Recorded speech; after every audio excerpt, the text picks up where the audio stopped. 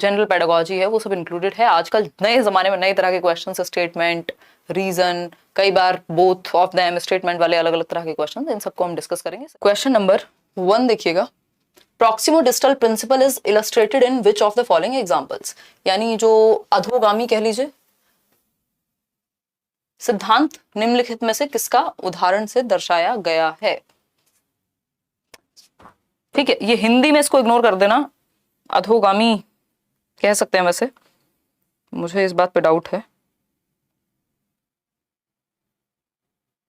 एक मिनट रुकिएगा, मैं चेक कर लेती हूँ, क्योंकि ये लोग ना हिंदी इंग्लिश में गड़बड़ कर देते हैं आजकल, ये पेपर वाले गड़बड़ करते हैं, हम लोग नहीं।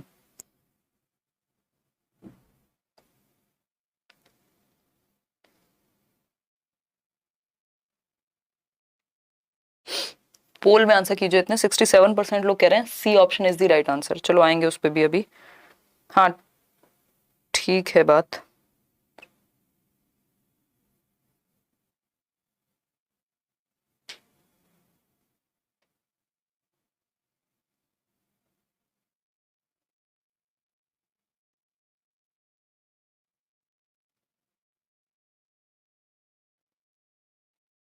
चलें आगे बढ़े। 71% लोग सी ही दे रहे हैं आंसर, जो कि सही भी है।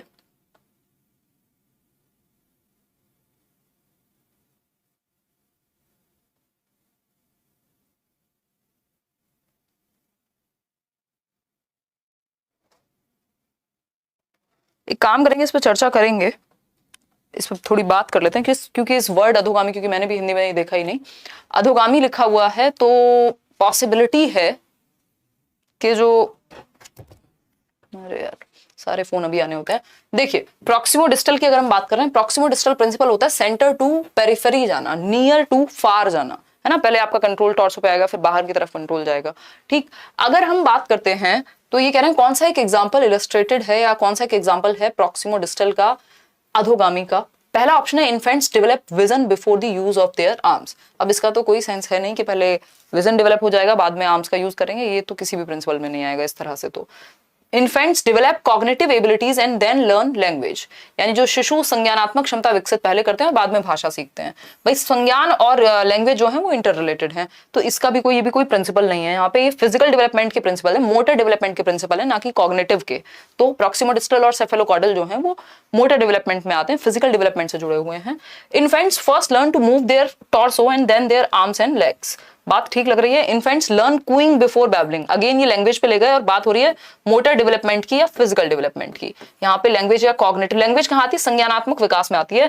हमारे संज्ञान, हमारी समझ, हमारे दिमाग, हमारे मानसिक विकास से संबंधित है, ना कि शारीरिक विकास से। ठीक है, इतनी बात। तो आंसर सिर्फ एक ही है जो लॉजिकल बचता है, वो है C option. Infants first learn to move their torso and then their arms and legs, यानी शिशु पहले अपने धड़ और फिर अपने हाथ और पैर को हिलाना सीखते हैं। ठीक है, मतलब अपना धड़, मतलब ये वाला पोर्शन जो आपका टॉर्सो वाला पोर्शन है, उसके बाद हैंड्स यानी आर्म्स, फिर पैर।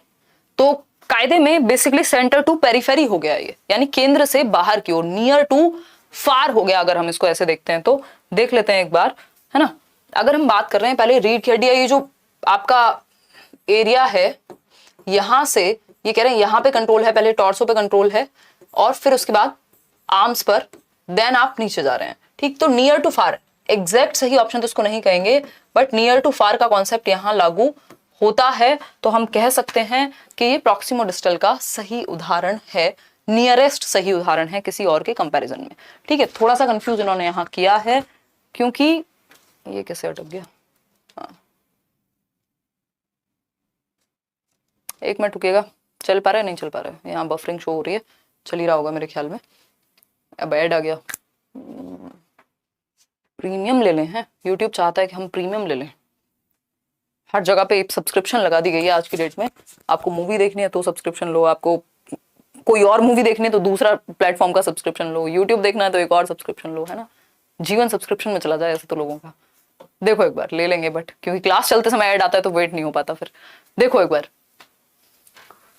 अगर हम बात करते हैं तो C option is the right answer, कि पहले बच्चा अपना टॉर्सो यानी जो सेंट्रल पार्ट, सेंट्रल सिस्टम है, देन बाहर की ओर, फिर आर्म्स और लेग्स।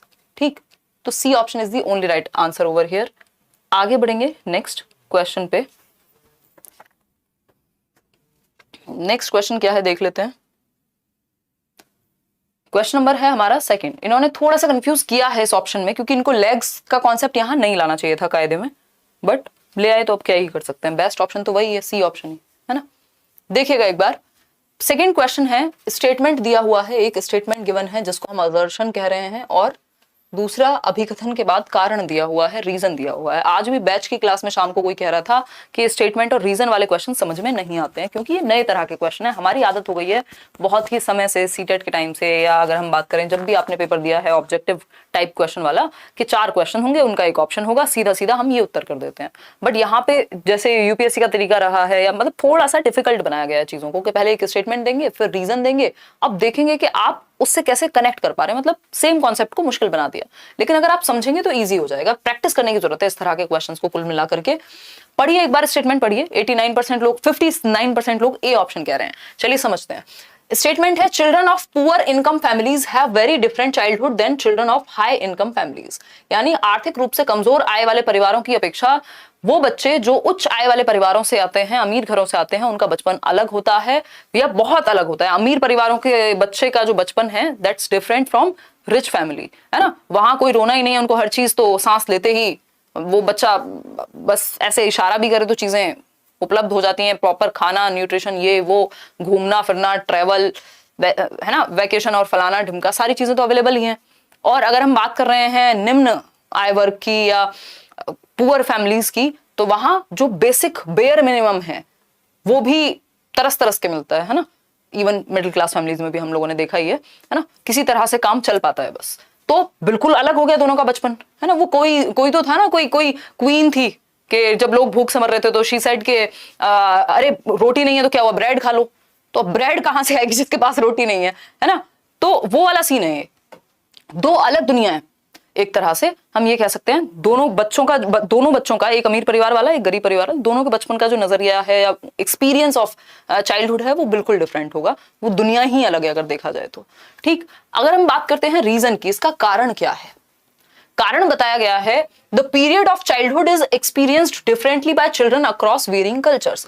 क्योंकि जो बचपन का अनुभव है वो अलग अलग कल्चर में, वो अलग अलग संस्कृतियों में अलग अलग अनुभव किया जाता है। बात गलत है, सही है? बिल्कुल सही है ना। ये क्वेश्चन, इस तरह का क्वेश्चन 2019 में भी आया था कि कल्चर का प्रभाव पड़ता है बच्चे के बचपन में, सबका बचपन सेम नहीं होता। मैंने इस पे एग्जाम्पल भी दिया है बहुत बार कि हमारे और आपके घरों का 10 साल का बच्चा, 8 साल का बच्चा, 5 साल का बच्चा, हम उसको बाहर कितना भेजते हैं, और आप देखते हैं किसी गरीब परिवार का बच्चा 4 साल का, 6 साल का, मैं इतने बच्चों से मिलती हूँ, 5.5 साल का बच्चा वो बिना चप्पल के इधर से उधर रोड क्रॉस कर रहा है, बसों में चढ़ के गुब्बारे बेचने जा रहा है। तो बचपन तो अलग हो गया ना दोनों का। तो हम कह सकते हैं कि ये जो बचपन है ये भी अलग अलग है, अलग अलग स्ट्रेटा के लिए, अलग अलग कल्चर के लिए, अलग अलग संस्कृति के लिए। तो दोनों ही बातें सही है। तो both A and R are true and R is the correct explanation of A, कह सकते हैं हम। क्योंकि कल्चर भी डिफरेंट है, स्ट्रेटा भी डिफरेंट है, ऑब्वियसली चेंजेस आ जाएंगे। ठीक है जी। तो ए option is the right answer over here. ऐसा नहीं है, अब देखो इसमें कह रहे हैं कि दोनों सही हैं और आर जो है वो सही रीजन है ए के प्रति। बिल्कुल सही बात है, आर जो है वो सही रीजन है ए का। क्यों है अलग, ये कह रहे हैं कि जो गरीब बच्चे हैं और अमीर बच्चे हैं उनका जो बचपन का एक्सपीरियंस है वो बिल्कुल अलग होता है। हाँ बात ठीक है। इसका रीजन क्या है, जो चाइल्डहुड पीरियड है वो सबके लिए सेम नहीं हो सकता कि 2 से 12 साल के 2 बच्चे हैं तो दोनों का चाइल्डहुड एकदम सेम होगा, या बचपन उनके लिए सेम ही है। किसी बच्चे को बहुत कम उम्र में काम करना पड़ रहा है तो उसके लिए तो बचपन तो गायब हो गया, है ना। तो हम ये कह सकते हैं अगर अलग अलग कल्चर और अलग अलग इनकम ग्रुप्स में बच्चे के बचपन की डेफिनेशन चेंज हो जाती है। बिल्कुल ठीक बात है। अब आता है B option, both A and R are true but R is not the correct explanation of A. ऐसा नहीं कह सकते, बात घुमा फिरा के वही निकल के आ रही है कि the period of childhood is experience differently by different children across varying cultures. ठीक है, ये भी नहीं है कि दोनों गलत हैं या दोनों सही हैं। तो ए option is the right answer over here. आगे बढ़ेंगे क्वेश्चन नंबर 3 पर। क्वेश्चन नंबर 3 पढ़िएगा ध्यान से। क्वेश्चन नंबर 3 है, आंसर कीजिए पोल में एक बार।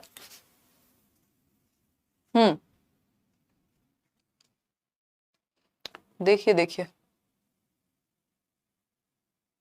आप इतने पतले कैसे हो? स्वीटू दहिया, पढ़ाई पे ध्यान दे लो, क्या रखा है इन बातों में, हैं? पतली नहीं हूं मैं, हुआ करती थी, अब ऐसा आपको लगता है, मुझे नहीं लगता। देखिए एक बार, बट हाँ बहुत जल्दी कोई स्पोर्ट ज्वाइन करूंगी, क्योंकि जिम के सपने तो अभी छोड़ दिए हैं, तबीयत अच्छी नहीं है।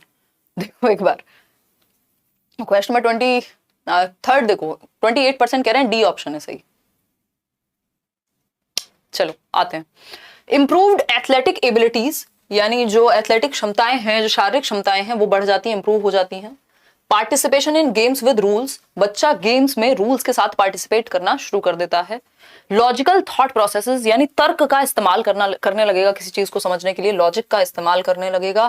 That are centred around concrete experiences, यानी मूर्त चीजों के प्रति, मूर्त मतलब जिनको टच और फील किया जा सके। Are hallmarks of which period of development. कितने गलत जवाब देते हो, 38% कह रहे हैं डी, 34% कह रहे हैं सी। कैसे करके मानोगे भाई, middle childhood is the right answer. 8 से 13 या 8 से 12 आप इसको कह सकते हो। एक तरह से ये जो आपका लेटर चाइल्डहुड है उसी का रिप्लेसमेंट है, क्योंकि लेटर चाइल्डहुड ऑप्शन में दिया नहीं है। तो जब लेटर चाइल्डहुड ऑप्शन में ना हो तो समझ जाओ मिडिल चाइल्डहुड को ही लेटर चाइल्डहुड की तरह ट्रीट करना है, ठीक है। तो यहाँ पे एडोलेसेंस इसलिए नहीं होगा ना, देखो कॉन्क्रीट की बात हो रही है, कॉन्क्रीट एक्सपीरियंसेस के प्रति। लॉजिकल थॉट, एब्स्ट्रैक्ट की भी बात नहीं हो रही। गेम्स में पार्टिसिपेट करेगा, एथलेटिक एबिलिटीज मैंने आपको डेवलपमेंट के चैप्टर में भी, कल परसों भी अगर हम बात कर रहे हैं, बैचेस में भी डिस्कस कर रहे थे, ये बात मैंने बहुत बार की है। इन्फेंसी में शारीरिक विकास तेज होता है, अर्ली चाइल्डहुड में भी शारीरिक विकास यानी फिजिकल डेवलपमेंट तेजी से, उसकी हाइट वेट सब कुछ बढ़ेगा। और अगर हम बात करते हैं लेटर चाइल्डहुड की, तो फिजिकल डेवलपमेंट मतलब हो सकता है आपको बच्चे की हाइट बहुत तेजी से बढ़ती हुई ना दिख रही हो, बट उसके अंदर मोटर डेवलपमेंट, जो गतिक विकास है, जो एथलेटिक एबिलिटीज हैं, जो शारीरिक क्षमता है कि दौड़ना भागना, प्रिसीजन एक्यूरेसी, ये सब ज्यादा बेटर आ जाएगा, ठीक है। तो middle childhood is the right answer. ये 2 से 6 अर्ली चाइल्डहुड नहीं होगा, क्योंकि लॉजिक तो यहाँ आता ही नहीं है। इन्फेंसी तो जन्म से 2 है, तो यहाँ पे तो ऐसा कुछ हो ही नहीं पाएगा। मिडिल चाइल्डहुड सही उत्तर है इसका, ना कि एडोलेसेंस। अब कुछ बातें समझ लेते हैं फटाफट से। देखो एक बार, अगर हम बात कर रहे हैं किसकी, इन्फेंसी की। इन्फेंसी क्या है, ये स्टेजेस ऑफ डेवलपमेंट है। अगर आपने प्लेलिस्ट देखी है यूट्यूब पे भी, जन्म से 2 वर्ष शारीरिक विकास बहुत तेजी से होगा, physical rapid physical growth and development, यानी बहुत तेजी से शारीरिक वृद्धि और विकास होगा। Rapid physical growth and development, ठीक है जी, बात रैपिड होगा। इसके बाद अर्ली चाइल्डहुड में भी सेम चीज रहेगी। अर्ली चाइल्डहुड में भी रैपिड ही होता है, लेकिन इन्फेंसी से कम हो जाएगा, है ना। शरीर की जो अर्ली चाइल्डहुड यानी पूर्व बाल्यावस्था, इन्फेंसी को कहते हैं शैशवावस्था, ठीक है। 2 से 6 वर्ष कह लीजिए आप इसको, यहाँ पे भी रैपिड होगा। लेकिन लेटर चाइल्डहुड जैसे ही आता है, जिसको हम यहाँ पे मिडिल चाइल्डहुड से भी डिनोट कर रहे हैं, यानी उत्तर बाल्यावस्था, 6 से 12 वर्ष की उम्र, इस दौरान ये कंपैरेटिवली डाउन हो जाएगी। किसकी, शारीरिक वृद्धि और विकास कंपैरेटिवली डाउन हो जाता है। मोटर डेवलपमेंट तेजी से होता है, यानी बच्चे का जो वो स्पाइरल डेवलपमेंट होता है ना, आगे पीछे। अब उसकी हाइट तो चलो बढ़ गई, वो हाथ पैरों में जान भी तो चाहिए, उसमें वो तेजी भी तो चाहिए, तो वो जंप अच्छे से करेगा, उसका मोटर डेवलपमेंट यानी गतिक विकास अच्छा होगा। तो यहाँ फिजिकल डेवलपमेंट डाउन जाएगा, लेकिन अगर हम बात करें तो मोटर डेवलपमेंट अप होगा, यानी एथलेटिक क्षमताएं बेहतर होंगी बच्चे की। कूदना फिरना, उछलना, दौड़ना, भागना, ये सब अच्छे से कर पाएगा। उसके अंदर गति जो है वो बेहतर हो रही है, ठीक। आगे बढ़ेंगे नेक्स्ट क्वेश्चन पे। नेक्स्ट क्वेश्चन देखेंगे फटाफट से। अगर हम बात करते हैं क्वेश्चन नंबर 4 की, पढ़िएगा एक बार, आसान सवाल है। तो क्वेश्चन नंबर 4 है, which of the following are secondary agencies of socialization. गौड़ सामाजिकरण के कारक पूछे हैं हमसे, सेकेंडरी और प्राइमरी। सेकेंडरी कौन है, सेकेंडरी में फैमिली को छोड़ के बाकी सारे लोग ही आ जाते हैं ऑलमोस्ट। तो हम कह सकते हैं बुक्स एंड मैगजीन सेकेंडरी हैं। इमीडिएट फैमिली जो है वो सेकेंडरी नहीं हो सकती, क्योंकि ये प्राइमरी है, प्राथमिक कारक है सामाजिकरण का। जो दुनिया की समझ है, तौर तरीके हैं, नियम कायदे कानून है, सबसे पहले बच्चा परिवार में सीखता है, क्योंकि परिवार क्या है, मिनिएचर वर्जन है, छोटा रूप है समाज का, ठीक है। नमस्ते करते हैं, पानी देते हैं घर आने पे, किसी को ग्रीट करते हैं, ये सब कहाँ से सीखता है, सबसे पहले बच्चा परिवार से सीखेगा, उसके बाद दुनिया से सीखेगा, ठीक। तो ये प्राइमरी कारक है, प्राथमिक कारक है, प्राइमरी एजेंट ऑफ सोशलाइजेशन है कौन, फैमिली। मीडिया की अगर हम बात करें, बुक्स एंड मैगजीन्स, मीडिया भी सेकेंडरी है, स्कूल भी सेकेंडरी है। तो हम कह सकते हैं फर्स्ट थर्ड और फोर्थ, फर्स्ट थर्ड और फोर्थ, ये है आपका सही उत्तर, ठीक है। क्यों, क्योंकि सेकंड फैमिली नहीं इंक्लूड होगा किसमें, जो कि 76% लोग सही उत्तर दे भी रहे हैं। तो इजी सा क्वेश्चन है ये। तो आगे बढ़ जाते हैं, क्वेश्चन नंबर 5 देखिए। अकॉर्डिंग टू, पढ़िएगा एक बार, अकॉर्डिंग टू पियाजे यानी पियाजे के अनुसार the unfolding of biological changes that are genetically programmed is called, यानी कि पियाजे के अनुसार आनुवांशिक रूप से क्रमादेशित जैविक परिवर्तन, यानी जो आपकी बायोलॉजिकली जेनेटिकली प्रोग्राम्ड हैं, जैसे कंप्यूटर में प्रोग्रामिंग होती है ना, कोडिंग करते हैं लोग, उस तरह से आपकी बायोलॉजी में, आपके जेनेटिक्स में, आपका जो डीएनए है, जीन्स हैं, चीजें कोडेड हैं जो टाइम के साथ अनफोल्ड होती हैं, है ना। टाइम के साथ आप बोलने लगते हैं, एज के साथ जैसे ही आप बड़े होते हैं, आप में क्षमता आने लगती है, आपके शरीर में जान आने लगती है, जबकि हाथ पैर तो पहले से भी थे, है ना। ठीक, प्यूबर्टी आती है तो और कुछ नई क्षमताएं आती हैं। ऐसा तो नहीं है कि वो ट्रेनिंग देके पहले आ जाएंगी, टाइम के साथ अनफोल्ड होंगी। आपके कोडेड हैं आपकी बायोलॉजी में, लेकिन टाइम के साथ अनफोल्ड होंगी। जब समय आएगा, जब मैच्योरिटी आएगी, तब हम कहेंगे कि डिकोड हो गई। तो maturation is the right word. ये हेरिडेटरी होती है, जेनेटिक होती है, हाईली हेरिडेटरी, कि समय के साथ होने वाली जो अनफोल्डिंग है कैरेक्टरिस्टिक्स की, जो क्षमताएं आप में समय के साथ आती हैं, उनको मैच्योरेशन कह रहे हैं हम यहाँ पे। क्लियर है बात? कोई दिक्कत परेशानी, दर्द, समस्या इस बात को समझने में नहीं होनी चाहिए। सोशल ट्रांसमिशन जो है वो बायोलॉजिकल चेंजेस से नहीं है संबंधित, ये दोनों भी नहीं है। तो C option is the right answer. पियाजे ने 4 फैक्टर्स बताए भी हैं, उन्हीं में से एक फैक्टर है मैच्योरिटी। याद आ रहा होगा, MESE बताएगा कोई फटाफट से, MESE क्या है?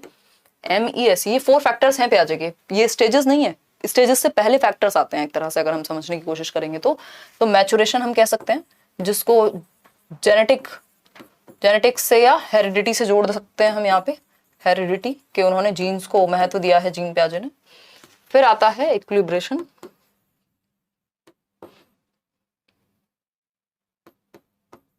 जिसमें आपका ये अडेप्टेशन और ऑर्गेनाइजेशन होता है। अडेप्टेशन के अंदर एसिमिलेशन एंड एकोमोडेशन आएगा। फिर आता है सोशल एक्सपीरियंस, इसको भी उन्होंने महत्व दिया है। कई लोगों को लगता है कि बिल्कुल नहीं दिया महत्व, but he gave importance to सामाजिक अनुभव, बट बहुत ज्यादा नहीं। फिर क्या आएगा आपका, याद आ रहा है कुछ? एक्सपीरियंस, जिसको हम एक्टिविटी कह सकते हैं, कि बच्चा एक्टिविटी करके सीखेगा। अनुभव कह सकते हैं इसको, हिंदी वाले परेशान ना हो, ये बेसिक अंग्रेजी है जो आपको किसी भी पेपर में जिसका सामना करना ही पड़ेगा, तो इतना तो हमको अपने आप को समझाना ही आना चाहिए। ठीक है, वैसे भी आजकल पेपर्स में जो स्थिति है, हाँ, मैच्योरेशन, इक्विलिब्रियम, इक्विलिब्रेशन, संतुलन कहते हैं जिसको, सोशल एक्सपीरियंस, सामाजिक अनुभव, और एक्सपीरियंस या फिर एक्टिविटी, ये 4 फैक्टर्स हैं जिसको किसने दिया है? पियाजे ने। ये 4 फैक्टर्स हैं जो बच्चे के संज्ञानात्मक विकास में सहायक होंगे। 4 फैक्टर्स बाय जीन पियाजे, है ना। प्याज खाते थे पियाजे, बहुत ही गंदा पीजे है, ऐसी बातें करते हैं जो लोग। बेसिकली स्विस साइकोलॉजिस्ट थे। आगे बढ़ेंगे, साइकोलॉजिस्ट, फिलोसोफर, इन्होंने बहुत सारे काम किए हैं। आगे बढ़ते हैं नेक्स्ट क्वेश्चन की तरफ। क्वेश्चन नंबर 6 देखिएगा। क्वेश्चन नंबर 6 पढ़िए, जवाब दीजिए, समझिए, समझाइए, है ना। हंसो मत यार, ऐसे गंदे गंदे पीजे पे भी हंसते हो, फिर तभी तो मेरा कॉन्फिडेंस बढ़ जाता है। आप लोग हंस लेते हो, अब मैं कहीं नॉर्मल दुनिया जमाने में अपने दोस्तों में ऐसे जोक्स क्रैक करूंगी तो वो मेरे को इतनी गंदी नजर से देखते हैं जिसकी हद नहीं है। और टीचर्स का सेंस ऑफ ह्यूमर कई बार बहुत खराब भी हो जाता है, क्योंकि बच्चे तो किसी भी बात में हंस लेते हैं। देखो एक बार, अगर हम बात करें, ये फर्स्ट ईयर और सेकंड ईयर वाले लोग हैं, जो बड़े हो चुके हैं उनको नहीं आती हंसी। देखो एक बार, choose the correctly matched pair of, correctly matched pair आपको चूज करना है। एक तरफ दिए हैं स्टेजेस यानी चरण, और दूसरी तरफ उससे संबंधित विशेषताएं। पियाजे के द्वारा कौन सी स्टेज में क्या होता है, कौन सी बात सही है, वो आपको पहचाननी है। 48% लोग जो है सी उत्तर दे रहे हैं। अगर हम बात करें पहले ऑप्शन की, तो सेंसरी मोटर स्टेज में ये कह रहे हैं जन्म से 2 वर्ष में होती है सेंसरी मोटर स्टेज। पियाजे की स्टेजेस SPCF से याद रखेंगे, sensory motor, pre operational, concrete operational और फॉर्मल ऑपरेशनल। ठीक है जी। प्री ऑपरेशनल है 2 से 7 वर्ष, development of object permanence, but ये तो सेंसरी मोटर में ही हो जाता है। और एंगेजमेंट इन मेंटल मैनिपुलेशंस, ये तो भाई मुश्किल बात हो गई। अभी से कहाँ, अभी तो बच्चा इन सब चीजों में नहीं पढ़ने वाला, इतना उसका मेंटल डेवलपमेंट नहीं हुआ होता कि वो मेंटली मैनिपुलेट करने लग जाए, लॉजिक का यूज करने लग जाए। कॉन्क्रीट ऑपरेशनल यानी कैपेबल, ये भी एक तरह से अगर आएगा तो ये आएगा आपका 2 से 7 में प्री ऑपरेशनल में, कि वो बेसिक चीजों पे टेढ़ी मेढ़ी रीजनिंग लगाने लग जाएगा। ठीक है, आगे बढ़ेंगे। आगे बढ़ेंगे, ऑप्शन नंबर 3 देखिए। Concrete operational, capable of operations but not abstraction. यानी अमूर्त चीजों पे वो नहीं ऑपरेट कर पाएगा, बट ऑपरेशन का मतलब है लॉजिक उसमें आ जाता है, बट अमूर्त चीजों के लिए नहीं, कॉन्क्रीट चीजों के लिए। बात तो बिल्कुल सही लग रही है जो आप लोग दे रहे हैं उत्तर। फिर आता है 8th option, formal operation enable to mentally resolve actions. नहीं, यहाँ पे तो वो कर लेगा एब्स्ट्रैक्ट चीजों को भी सॉल्व, तो C option is the right answer, बाकी सारे हैं गड़बड़। आगे बढ़ेंगे क्वेश्चन नंबर 7 पे। Children talking aloud to themselves, यानी बच्चों का अपने आप से बात करना।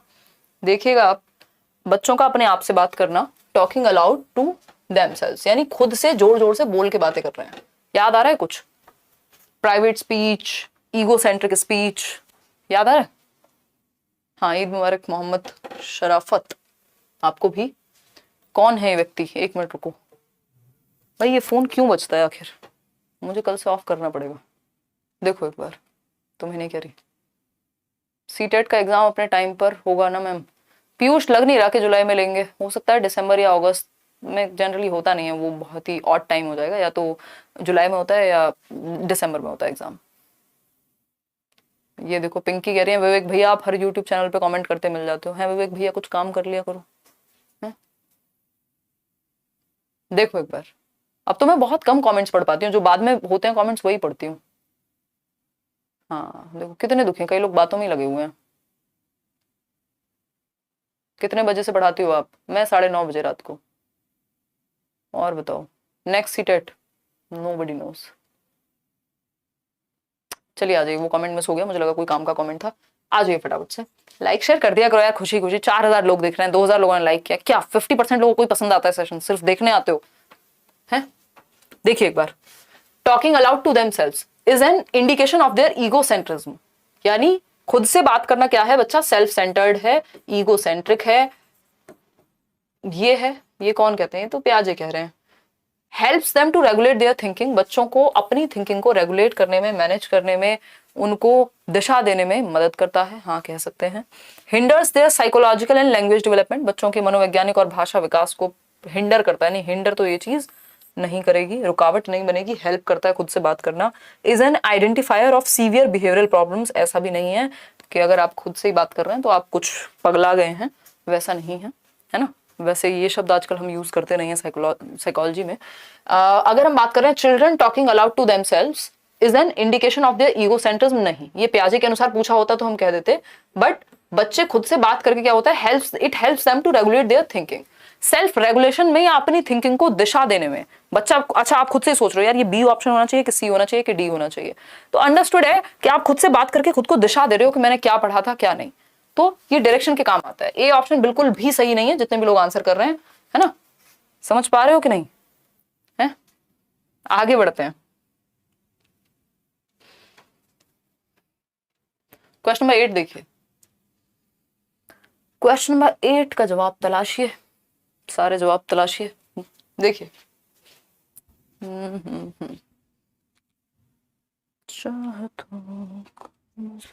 एक मिनट रुको यार, मेरी दीदी आई है, इतने आंसर दो।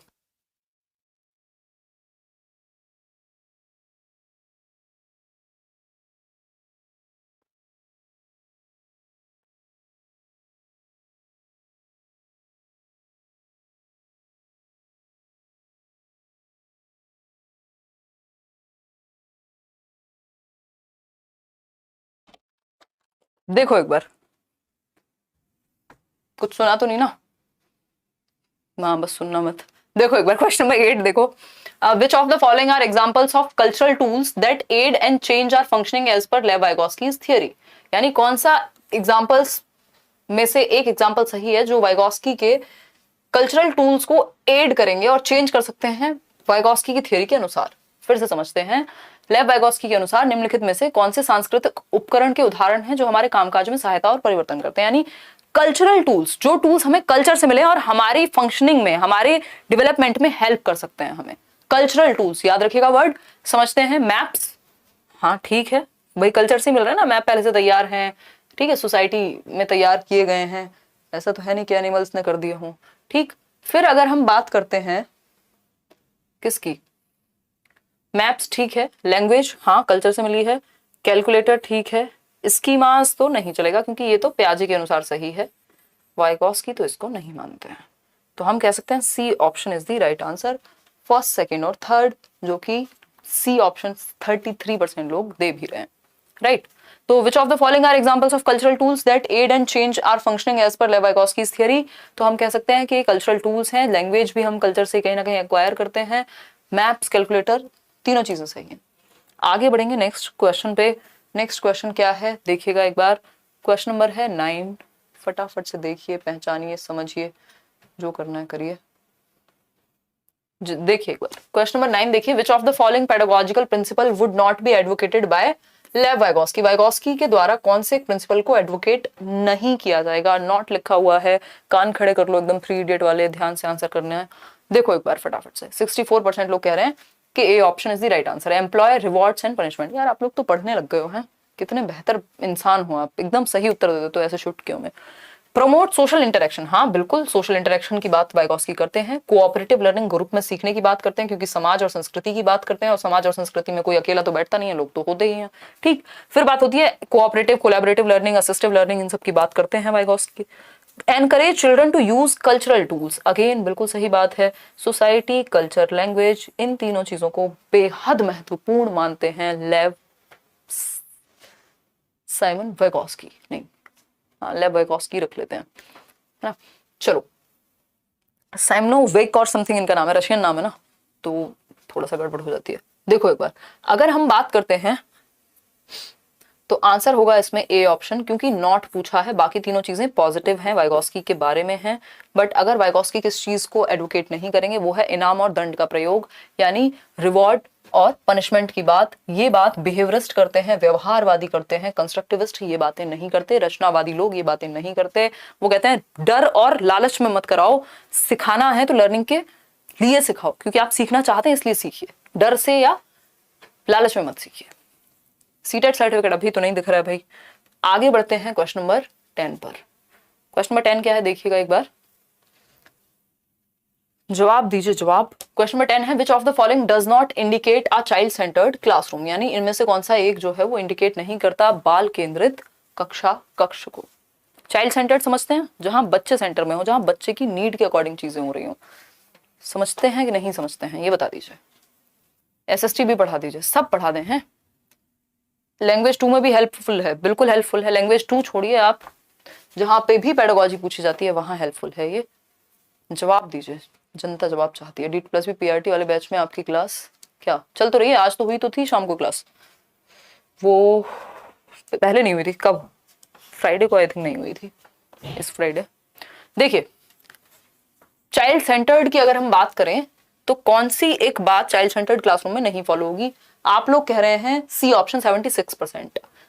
Seating arrangements changes as per the activity, ये बात तो सही है, बच्चों के अकॉर्डिंग या एक्टिविटी के अकॉर्डिंग सीटिंग अरेंजमेंट चेंज हो जाता है। कुछ बच्चे आगे आ जाते हैं, जहां बैठना होता है एक्टिविटी बेस्ड है, ऐसा नहीं है कि फिक्स हो गई है किसी की सीट के अच्छे बच्चे आगे बैठेंगे, खराब बच्चे पीछे बैठेंगे, अच्छे और खराब ऐसा अब डिवाइड नहीं करेंगे बच्चे को।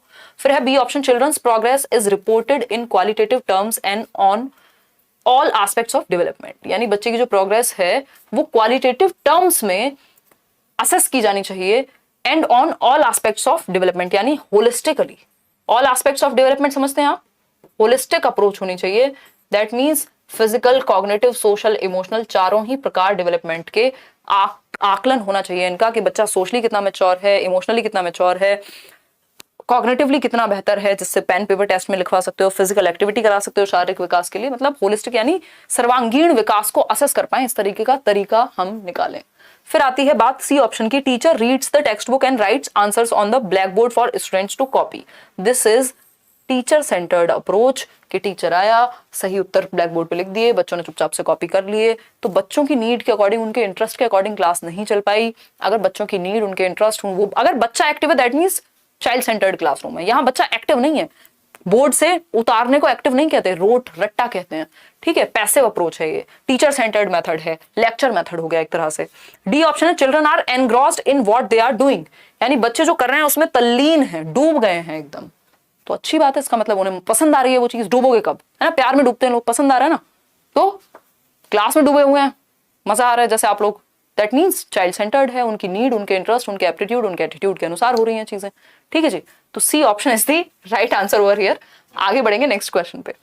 नेक्स्ट क्वेश्चन है हमारा क्वेश्चन नंबर 11। आज हम इतने स्लो चल रहे हैं, इतने स्लो साबुन हो चुके हैं जिसकी हद नहीं है। देखिए एक बार क्वेश्चन नंबर 11 देखिए।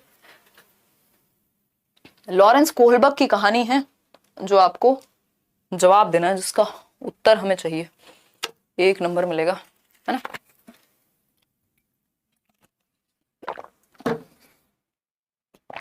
कुछ लोगों को तुरंत समझ में आ जाता है। एग्जाम्पल जैसे ही प्यार की, ब्रेकअप की, दिल टूटने की, जुड़ने की बातें कर दो, हमारे टीम मेंबर्स को भी। देखो एक बार 43% लोग कह रहे हैं कि आंसर जो है आपका डी है लॉरेंस कोहलबर्ग के केस में। चलिए समझने का प्रयास करेंगे, प्रयास कि आप सही कह रहे हैं, गलत कह रहे हैं, गलत कह रहे हैं तो क्यों कह रहे हैं, सही कह रहे हैं तो क्यों कह रहे हैं। पहला ऑप्शन है अंडरस्टैंडिंग ऑफ रेसिप्रोसिटी, यानी कि गिव एंड टेक की, समझ होना, गिव एंड टेक की समझ होना सोशल ऑर्डर मेंटेनिंग में आएगा। लॉ एंड ऑर्डर जिसको 4th स्टेज कहते हैं, नहीं ये तो 2nd स्टेज में आ जाएगा, म्यूचुअल एक्सचेंज वाली स्टेज में, तो ये तो 4th के हिसाब से सही नहीं है।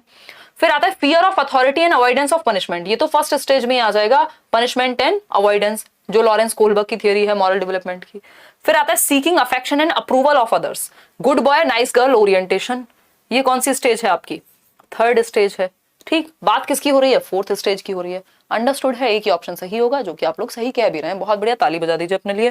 T option is the right answer. Each member of society having a personal duty to uphold laws, यानी हर एक मेंबर की, हर एक सदस्य की समाज के ये व्यक्तिगत कर्तव्य है कि वो जो समाज में नियम कायदे कानून है उनको बना करके रखे। ठीक है जी, यही है सोशल लॉ ऑर्डर मेंटेनिंग, कि लॉ एंड ऑर्डर बना रहना चाहिए क्योंकि समाज का ही भला है उसमें। आगे बढ़ेंगे, क्वेश्चन नंबर 12 देखेंगे। अगर हम बात करते हैं क्वेश्चन नंबर 12 की, तो हार्वर्ड गार्डनर के अनुसार intelligence is a single entity. Harvard gardener जो कि जिनकी थियोरी का नाम मल्टीपल इंटेलिजेंस है, और वो सिंगल कह देंगे इंटेलिजेंस को, क्या मजाक है? छोटे बच्चे हो क्या है? चलो एक बार आगे बढ़ते हैं। नेक्स्ट है there are several distinct types of intelligences, यानी कि बुद्धि के कई अलग अलग प्रकार हैं, यानी कई प्रकार की इंटेलिजेंस है। हाँ ये बात समझ में आ रहा है, सेवरल मतलब कई प्रकार है, मल्टीपल इंटेलिजेंस की बात हो रही है। ठीक है, बिल्कुल सही बात है। सिंगल एंटिटी कैसे कह देंगे गार्डनर, सपने में भी नहीं कहेंगे, समझ रहे हो, सपने में भी नहीं कहेंगे गार्डनर। क्यों? क्योंकि उनकी थियरी का नाम, जिसकी थियरी का नाम बहुबुद्धि का सिद्धांत है, मल्टीपल इंटेलिजेंस है, वो सिंगल एंटिटी कैसे कहेगा डेवलपमेंट को? ये तो कोई छोटा बच्चा ही कह सकता है, अगर इस बात को कोई माने तो, या बहुत समझदार व्यक्ति ही आंसर दे सकता है, जो कि ए ऑप्शन है। 4% लोग हैं जो दे रहे हैं ए ऑप्शन आंसर। कहाँ पढ़ते हो हैं? पुराने जमाने में लोग कहते थे स्कूल के पीछे पढ़ाई करते हैं, वही कर रहे हो आप लोग। फर्स्ट ऑप्शन सही नहीं हो सकता किसी भी स्थिति में। देखो एक बार फिर है आपका C option, intellectual traits can be classified along 3 dimensions, operations, contents and products. PCO से याद कराया हुआ है, आपको याद आ रहा हो तो निमोनिक बताया है। जेपी गिलफर्ड की थियरी है 3 डायमेंशनल थियरी, जिसमें एक तरफ होता है प्रोडक्ट, दूसरी तरफ होता है कंटेंट, तीसरी तरफ होता है ऑपरेशन। ठीक है, 3D थियरी ऑफ इंटेलिजेंस कहते हैं उसको। ठीक, 3D थियरी ऑफ इंटेलिजेंस कहते हैं इसको। याद आया कुछ? इंटेलिजेंस वैसे मैंने यूट्यूब पे भी कहीं ना कहीं तो कराया होगा, किसी ना किसी पुराने सेशन में भी। Three dimensional theory of intelligence, SOI model कहते हैं, structure of intelligence, 3D model of intelligence, जिसमें एक तरफ होता है प्रोडक्ट, दूसरी तरफ होते हैं ऑपरेशंस, प्रक्रियाएं कहेंगे जिनको हम, इसको उत्पाद कह देंगे, और फिर होगा कंटेंट यानी सामग्री। ठीक, PCO से याद रखना होता है, ये PCO 3 डायमेंशंस हैं इंटेलिजेंस की। कौन है ये व्यक्ति? ये व्यक्ति हैं Joy Paul Gilford, JP Gilford, और ये वही व्यक्ति हैं जिन्होंने किसकी बात की है? याद आ रहा है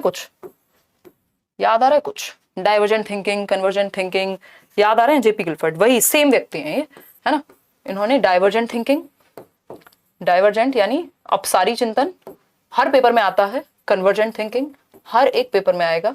ठीक है, इन्होंने डाइवर्जेंट थिंकिंग को जोड़ा किससे? क्रिएटिविटी से, रचनात्मकता से, और कन्वर्जेंट थिंकिंग को इंटेलिजेंस से जोड़ा। ठीक है, डाइवर्जेंट थिंकिंग अपसारी सोच, जिसको रचनात्मकता से जोड़ा गया जॉय पॉल गिलफर्ड के द्वारा, और कन्वर्जेंट थिंकिंग को इंटेलिजेंस से। इतनी बात अगर हम याद रख पाए तो नंबर तो कई मिल जाएंगे, है ना। चलें आगे, आप बहुत अच्छा पढ़ाते हो, आंसू आ जाते मेरे, ये मैं सुनती हूँ ना सिद्धांत, मैं रोना शुरू कर देती हूँ, इसलिए मैं ये पढ़ती नहीं हूँ। इतनी ओवर एक्टिंग हो चुकी है ना आज के लिए, जिसकी हद नहीं है ना। आगे बढ़ेंगे। आगे बढ़ते हैं। तो ये तो जेपी गिलफर्ड की थियरी हो गई, तो वैसे सही नहीं है। सिंगल एंटिटी हो नहीं सकती, ये वैसे सही नहीं है। Intelligence consist of a general factor and some specific factor, यानी G+S फैक्टर, जो कि चार्ल्स स्पीयरमैन कहते हैं कि 2 फैक्टर इंटेलिजेंस होती है। 1905 में चार्ल्स स्पीयरमैन की जो है ये थियरी आई थी, जो कि गलत है यहाँ पे। तो हार्वर्ड गार्डनर की मल्टीपल इंटेलिजेंस है, जो कहते हैं कि several kinds of intelligence are there, जो कि सिर्फ बी ऑप्शन में बात हुई है। 8 प्रकार की बुद्धि की बात करते हैं कि कोई हो सकता है गार्डनिंग में, यानी नेचुरल इंटेलिजेंस किसी में अच्छी हो, किसी में लोगों को समझने की इंटेलिजेंस अच्छी हो, किसी में खुद को समझने की इंटेलिजेंस अच्छी हो, कोई साइंस में अच्छा हो, कोई ग्राफिक्स में अच्छा हो, है ना। ये कौन कहते हैं? गार्डनर कहते हैं। आगे बढ़ेंगे क्वेश्चन नंबर 13 पर। बहुत ही प्यारा सा क्वेश्चन, जवाब दीजिएगा। कौन है ये व्यक्ति जो कह रहा है बैच में क्यों नहीं हंसती, बहुत सीरियस रहती हो? यार अंतिम आजकल मैं सीरियस ही हूं। अब मैं क्या समस्या बताऊं आपको? समस्या भी कुछ नहीं है ना। फेस चल रहा है अजीब सा, थोड़ा हंसने की कोशिश कर रही हूँ आजकल मैं। बैच में भी हंसती हूँ, ऐसा नहीं है, कम हंसती हूँ, है ना। देखो एक बार, जोशी डिंपल कह रहे हैं रिपीटेड मैम प्लीज, हिंदी और इंग्लिश कैसे प्रिपरेशन करें, टेल मी। ये सारा बताया हुआ है, सारा बताया हुआ है। एक बार सीटेट की कोई भी वीडियो देख लो, किस एग्जाम के लिए पूछ रहे हो कमेंट्स में बता देना, मैं वीडियो अलग से बना दूंगी। पहले सीडी भी समझ नहीं आती थी, अब आ रही है अनन्या, बहुत बढ़िया। हंसेंगे अंतिम, हंसेंगे। कल से बैच में सिर्फ हंसेंगे, पढ़ाई छोड़ देंगे। कल से जो भी क्लास होगी बैच में, उसमें सिर्फ हंसेंगे। देखो एक बार, अगर हम बात करें use of gender neutral language, मतलब जेंडर न्यूट्रल लैंग्वेज की अगर हम बात कर रहे हैं, use of gender neutral language and discussing gender as a social construct rather than being biologically determined would, यानी जेंडर तटस्थ भाषा का प्रयोग व जेंडर के एक सामाजिक संरचना होने पर चर्चा करना। यानी जेंडर जो है वो ऐसा नहीं है कि बायोलॉजिकली डिटरमिन्ड है कि अगर आप आपका जो सेक्स है वो फीमेल है और मेल है आप, तो कुछ काम आपके साथ जुड़ के पैदा हुए थे, है ना। कि जब लड़कियां पैदा होती हैं तो उनके साथ एक चिट होती है साथ में, जिसमें लिखा होता है झाड़ू लगाएंगी, खाना बनाएंगी, ये करेंगी, वो करेंगे। ऐसा कुछ नहीं होता, मतलब ये बायोलॉजी से जुड़ा हुआ नहीं है। जो जेंडर है उसको हमने समाज में बनाया है, सामाजिक कंस्ट्रक्ट है, ठीक। तो ये चीज जेंडर न्यूट्रल, हमेशा याद रखिएगा ये वर्ड, जहां पे भी न्यूट्रल लगा हो दैट मीन्स किसी भी तरफ झुका हुआ नहीं है। न्यूट्रल आप अपनी गाड़ी में या बाइक में देखते हैं गियर होता है, किसी भी गियर में नहीं है, दैट मीन्स न्यूट्रल है, दैट मीन्स जीरो मान लीजिए, किसी भी तरफ झुका हुआ नहीं है, बायस नहीं है, बीच में है, कहीं बैलेंस में है, तटस्थ, न्यूट्रल, ठीक। तो जेंडर न्यूट्रल की अगर हम बात करें, जेंडर न्यूट्रल लैंग्वेज की, and discussing gender as a social construct, के जो जेंडर है, जो लिंग है, वो हमने समाज में बनाया है rather than being biologically determined. ऐसा नहीं है कि बायोलॉजिकली हमें पहले से कुछ रोल्स मिल गए थे, रोल्स हमने समाज में दिए। बायोलॉजी में डिफरेंस है, महिलाएं बच्चों को जन्म दे सकती हैं, पुरुष नहीं दे सकते हैं, उनका अपना डिफरेंट रोल है, ये बायोलॉजी है, ये सेक्स है। जेंडर क्या है? जो हमने समाज में बनाया है। तो इस चीज का डिस्कशन अगर क्लासरूम में होगा कि सामाजिक संरचना है जेंडर, ऐसा नहीं है कि कोई काम लड़कियों के लिए बना है, लड़कों के लिए ही बना है, कोई भी कर सकता है, इस तरह की चीजें हैं। जेंडर न्यूट्रल लैंग्वेज कि मतलब अगर हम ये कहेंगे कि कैमरा मैन की जगह अगर हम कैमरा पर्सन यूज करते हैं, दैट मींस वो जेंडर न्यूट्रल लैंग्वेज है कि आपको किसी के काम के साथ उसके जेंडर को दर्शाने की जरूरत नहीं है। काम इंपॉर्टेंट है, व्यक्ति कौन है नहीं है वहां पे महत्वपूर्ण। कि आप कैमरा मैन कहें, कैमरा मैन कहेंगे दैट मींस दिमाग में सिग्नल क्या जाएगा सोसाइटी में कि कैमरा की जो जॉब है वो मैन की ही है, तो कैमरा पर्सन कहेंगे। आप चेयरमैन की जगह चेयर पर्सन कहेंगे, जिससे जेंडर न्यूट्रल हो जाए चीजें, किसी भी तरफ आपकी भाषा से झुकाव ना लगे जेंडर में। तो अगर हम बात करें, आप लोग कह रहे हैं D option 50% answers, promote gender discrimination. इससे जेंडर डिस्क्रिमिनेशन कहां प्रमोट हो रहा है? यहां तो आपने हटा ही दिया, जेंडर न्यूट्रल लैंग्वेज से जेंडर डिस्क्रिमिनेशन कैसे होगा, ठीक है। फिर आती है बात रीइंफोर्स जेंडर बायस, यानी जेंडर बायस को बढ़ावा मिलेगा, पक्षपात को नहीं। ऐसी तो बात नहीं हो रही कि लड़कों को दबाना है या लड़कियों को दबाना है, न्यूट्रल रहना है। फिर आती है बात एनकरेज जेंडर कंफॉर्मिटी। कंफॉर्मिटी होता है अनुपालन करना, कि अच्छा समाज में ऐसा है तो ऐसा ही करेंगे, है ना, ठीक। आगे बढ़ते हैं, चैलेंज जेंडर स्टीरियोटाइपिंग।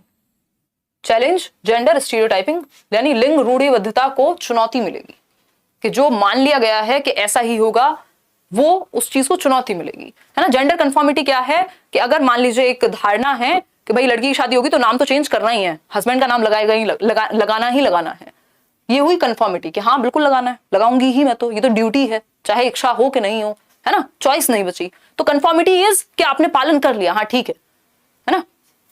तो ये हुई कंफॉर्मिटी। कंफॉर्मिटी अच्छी चीज नहीं है, अगेन आपने लॉजिक खो दिया, है ना।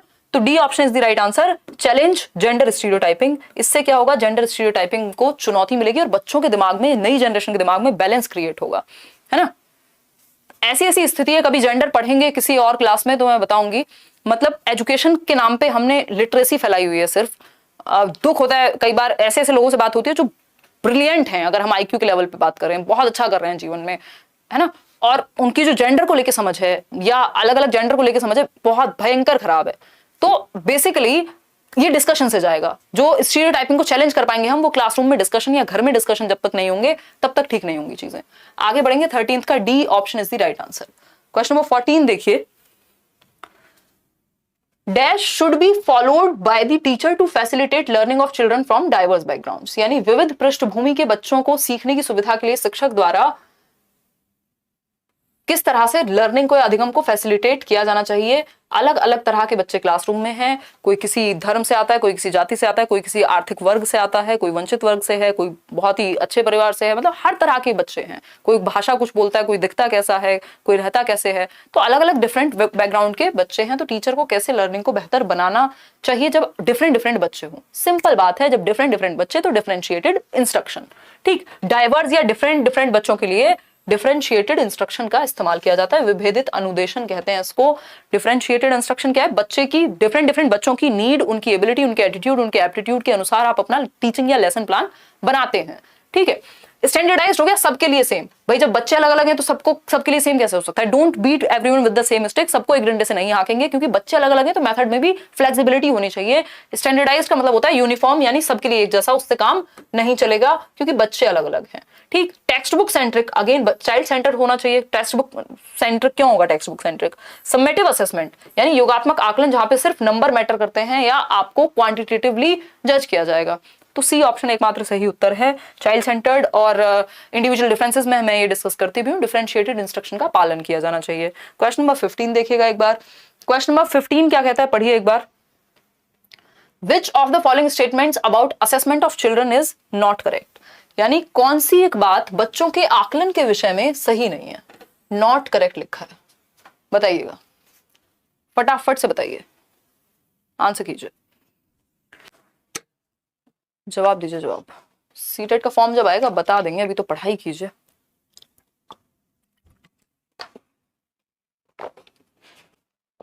कोई कह रहा है मैडम आपकी कोई बुक है क्या? कोई नहीं, कम से कम भी तो आज की डेट में कितनी बुक्स होंगी। ये पेडागोजी क्लास नोट्स तो अभी आई है, उससे पहले एक वो थी, उसके अलावा 2 3 4 5 6 किताबें तो हैं ही कम से कम भी, नहीं तो, है ना। और अगर वैसे देखें तो 4 हैं, अगर टाइटल्स की बात करूं, मीडियम हटा दूं तो 4 किताबें तो आती ही हैं अभी भी। देखिए एक बार, अगर हम बात करते हैं असेसमेंट की, तो कौन सी एक बात, असेसमेंट मतलब आपने बच्चों को सिखा दिया, अब आप आकलन कर रहे हैं या फिर सिखाते सिखाते जांच रहे हैं कि कैसा सीखा है, कैसे सीखते हैं, गलतियां कहां कर रहे हैं, कहां इंप्रूवमेंट की जरूरत है। तो कौन सी एक बात असेसमेंट के बारे में सही नहीं है? पहला ऑप्शन है, assessment should be undertaken to facilitate learning and should involve diverse tools, यानी कि आकलन का या मूल्यांकन का जो प्रयोग है वो लर्निंग को बेहतर करने के लिए होना चाहिए और डिफरेंट डिफरेंट टूल्स इस्तेमाल होने चाहिए। तो ये बात तो सही है, बट हमें सही थोड़ी चाहिए, हमें चाहिए गलत, क्योंकि नॉट पूछा है, क्या सही नहीं है आकलन के बारे में।